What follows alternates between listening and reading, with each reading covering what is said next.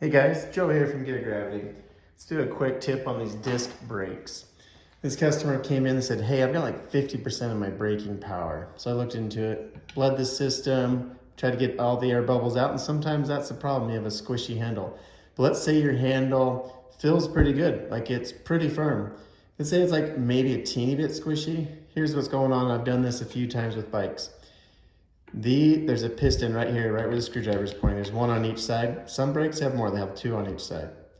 But this piston, I'll squeeze the handle. When you squeeze your brake handle, that's what comes out. See that? Let's see if it's moving. There we go. So I just pump the handle.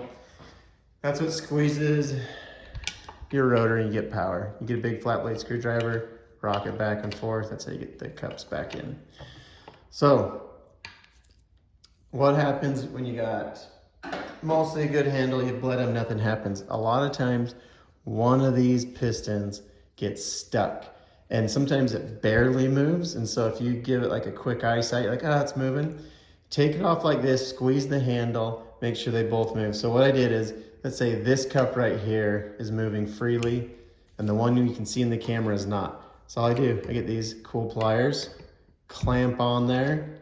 If you don't want to scratch their rotor, you got to put something in there or their caliper, you got to put something in there to protect. But I just squeeze really hard right there and clamp that. And then I sit there and pump the brakes, and that other cup, that piston cup, pops free.